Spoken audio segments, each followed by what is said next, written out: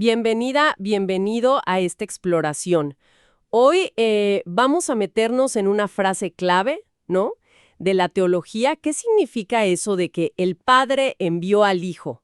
Lo leemos en pasajes como Juan 3:17, por ejemplo. Claro. Y bueno, las fuentes que tenemos son unos extractos de un análisis, el envío del Hijo, humanidad y propósito divino. La idea es desmenuzar un poco qué interpretación da este material sobre ese envío. ¿Habla de dos personas divinas ya distintas desde antes? Exacto, esa es la pregunta central que aborda el material. O sea, si la palabra enviar, ya de por sí, implica que el Hijo preexistía como una entidad separada del Padre antes de la encarnación. Ajá.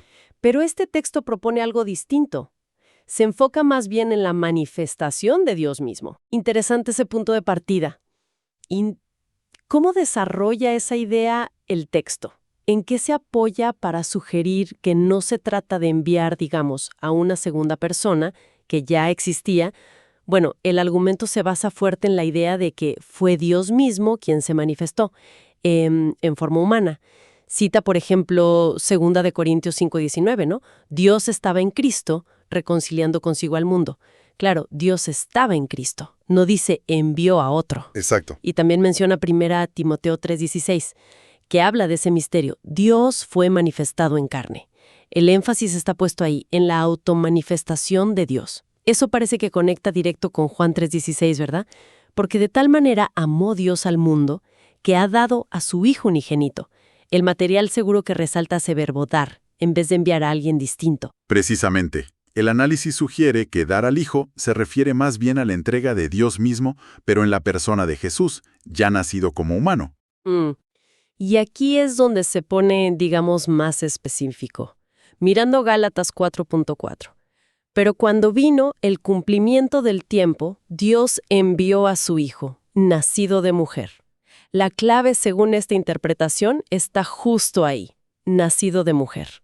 Entiendo. Argumenta que fue enviado como hombre, o sea, en su condición humana, no que un ser divino preexistente fue enviado para convertirse en hombre. El envío está ligado a su aparición, bueno, a su nacimiento. Entiendo. O sea que el envío se ataría más al comienzo de su vida y su misión aquí en la Tierra, que a una acción desde una existencia previa separada. Pero a ver, ¿cómo maneja el texto que la palabra enviar se use tanto? ¿Eso no sugiere un origen distinto? Bueno, la fuente lo que propone es que enviar no siempre implica preexistencia en ese sentido de una persona separada. Ajá. Y para ilustrarlo, usa un ejemplo, el de Juan el Bautista. En Juan 1:6 leemos, «Hubo un hombre enviado por Dios, el cual se llamaba Juan». Claro, y nadie diría que Juan el Bautista preexistía a su concepción. Exacto, nadie lo argumentaría. Y sin embargo se dice que fue enviado por Dios. Es una comparación. Bueno, interesante.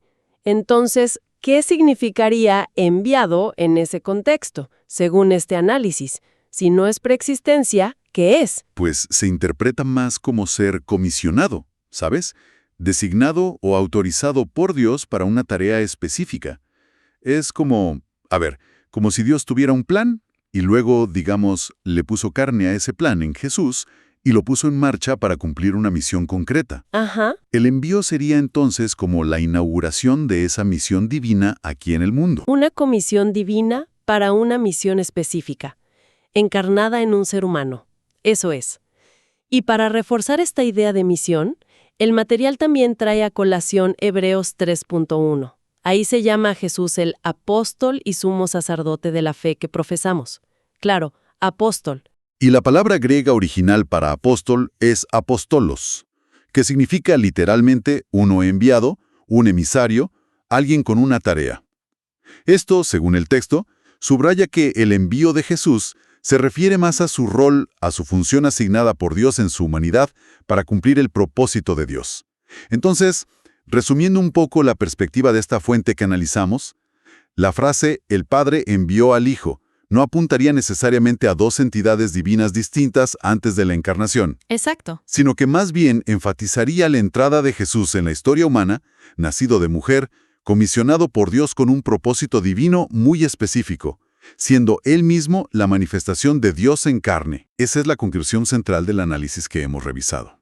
Sí, pone el foco en la humanidad que asumió y en la misión divina como el significado principal detrás de usar la palabra envío. Y bueno, nos deja pensando. Si uno acepta esta perspectiva del material, ¿no? Donde el envío recalca el propósito y la humanidad, claro, exacto. Ahí mismo surge una pregunta interesante que sale de esta línea de pensamiento. Para seguir reflexionando, ¿cómo podría esta visión del envío tan centrada en la misión terrenal y en la manifestación humana, cómo podría influir o quizás reinterpretar otros pasajes donde parece haber un diálogo o una distinción entre el Padre y el Hijo en las Escrituras? Es un buen punto. Es algo que invita a una exploración más profunda, ¿no? De esos otros textos, pero bajo esta luz. Da para seguir pensando.